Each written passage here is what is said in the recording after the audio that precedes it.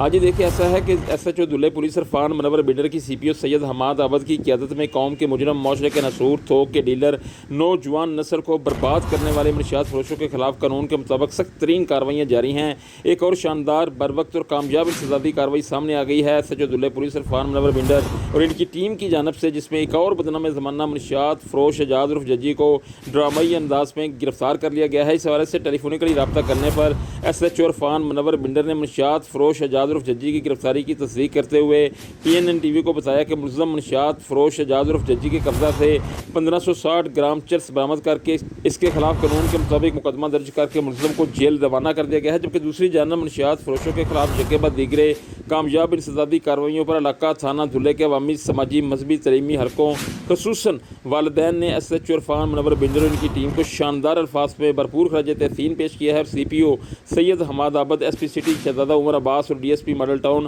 نواز سیال کا شکریہ ادا کیا ہے۔ یاد رہے کہ دھلے پولیس کا منشیات فروشوں کے خلاف بھرپور کریکٹرم جاری ہے اور گزشتہ روز بھی دھلے پولیس نے 2 منشیات فروشوں کو گرفتار کر کے ان کے قبضہ سے لاکھوں روپے مالیت کی تقریباً 3 کلو چرس برآمد کی تھی، جبکہ آج ایک اور منشیات فروش اعجاز عرف ججی کو بھی گرفتار کر لیا گیا ہے۔